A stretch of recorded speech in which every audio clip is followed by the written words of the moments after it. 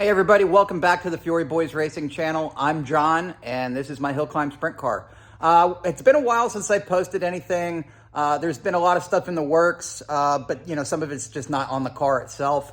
So I want to kind of bring you up to speed on what I'm working with now, and show you something that's pretty crucial that might hold me back a little bit, but I'm glad I found it now.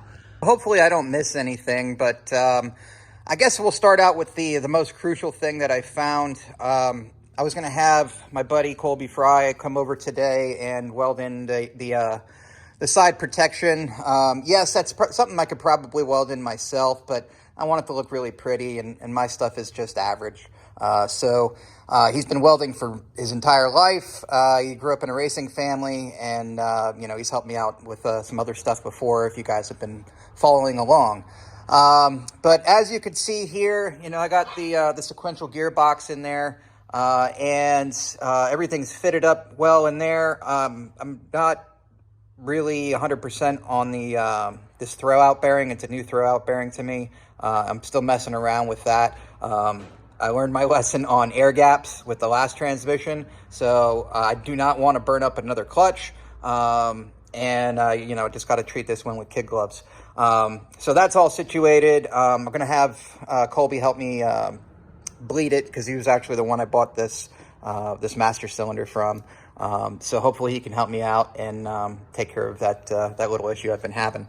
But anyway, moving on here, I had the drive shaft shortened, as you can see here, and so what I was doing is I put it in and installed it and everything, and it was actually a good length and everything, but I started to cycle the suspension, and these plates right here, once it gets fully loaded, once the suspension is fully loaded and all the way up, these plates are starting to flex. I did worry about that. That's why I was checking it out. And I saw a little bit of movement in there, and I'm basically going to call it quits on this style suspension. So what I've been doing pretty much all day today is determining how I'm going to fix this situation. So I have this Watts link. This is basically the only option that I have for controlling the side-to-side movement, the lateral movement of the rear end. And I need to retain that, but I want to go to a torque tube setup like a regular sprint car. So what that would entail is making basically like a false motor plate, a false sprint car motor plate, and mounting it straight up and down, and then putting a sprint car style torque tube, torque ball on that, running a short torque tube, and then connecting it to here somehow.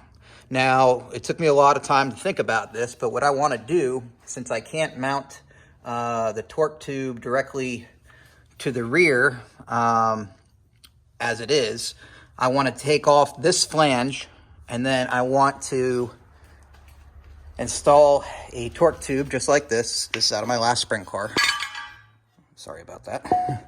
But what I'd like to do is machine down part of this so that I can use that, I don't know what you want to call it, that piece, the outer piece here, and then it will act like it's, as it is right now.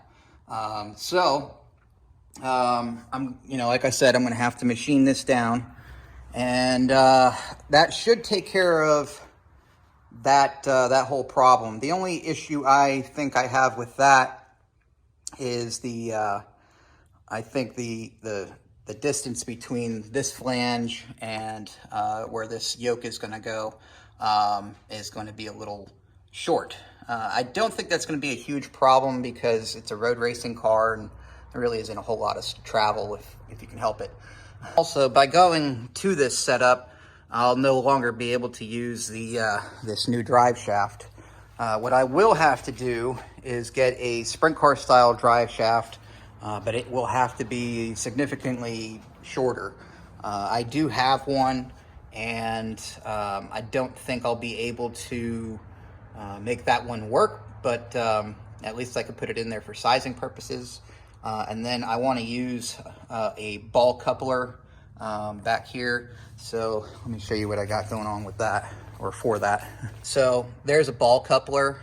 I'm probably just going to buy a whole new piece and stick it in the in that housing over there.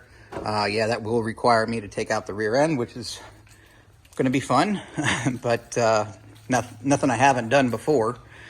So then here's, for those of you who don't know, that's what a torque ball looks like.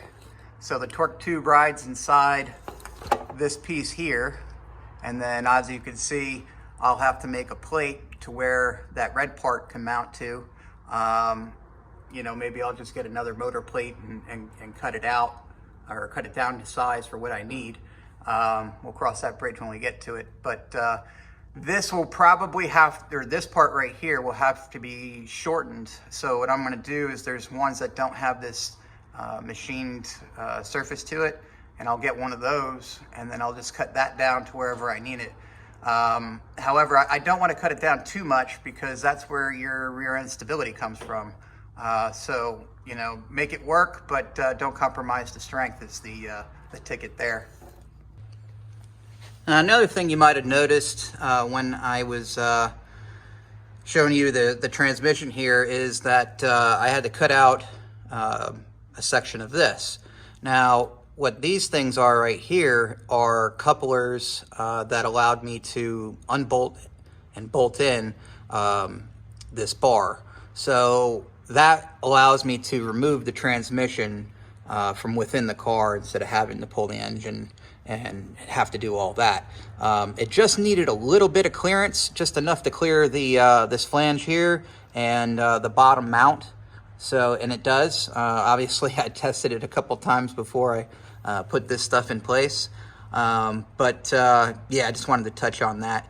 Also, I'm thinking that this new flange can mount to this, and then it will come off of here, make a 90-degree, and then go down there and mount down there. So that should be the what we need to do to put that torque ball on there. But as you can see, like I said, it's a very short distance.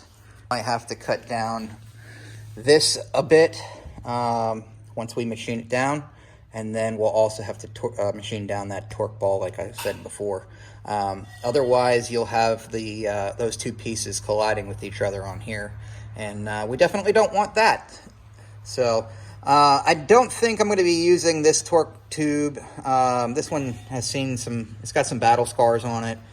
This flange is it's bent on one of these ears, just ever so slightly.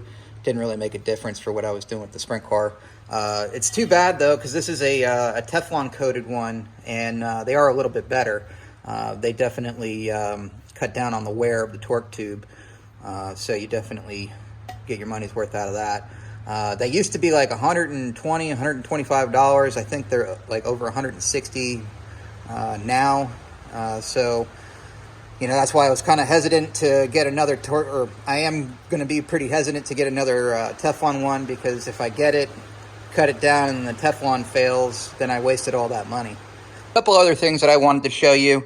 What I did here, so that I can remove the shifter without having to rebleed the master cylinder, is I put a dry brake, or some people just call it a quick disconnect for.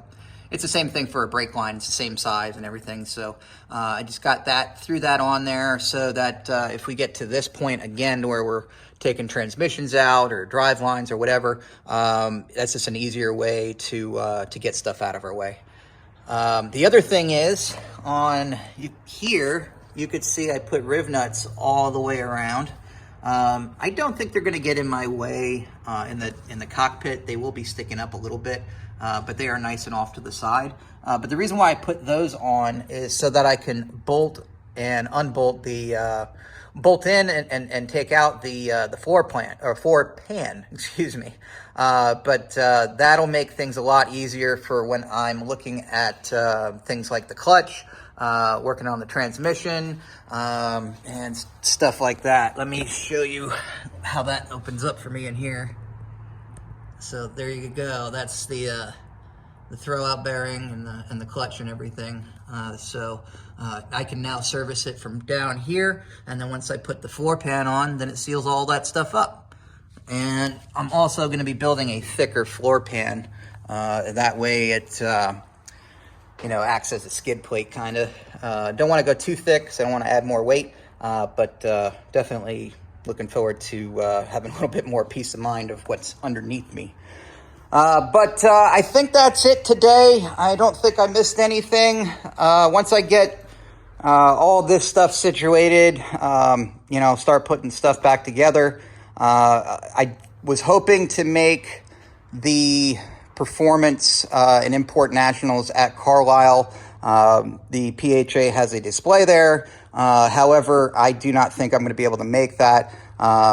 Simply because I am leaving for 2.5 weeks for work-related stuff, and definitely need to concentrate on work stuff because it pays for this. So I'm going to go out there and get some education, and hopefully come back and be able to hit the ground running and get to our first race of the season, which is going to be at Summit Point on the I think it's the Shenandoah circuit. But I could be wrong. I have to look at the schedule. But hopefully we make that, because it'd be a great place to shake the car down in a track environment rather than on a hill. But if it comes down to it, we'll just do it on the hill. So anyway, guys, please like, share, and subscribe, and we'll see you in the next one.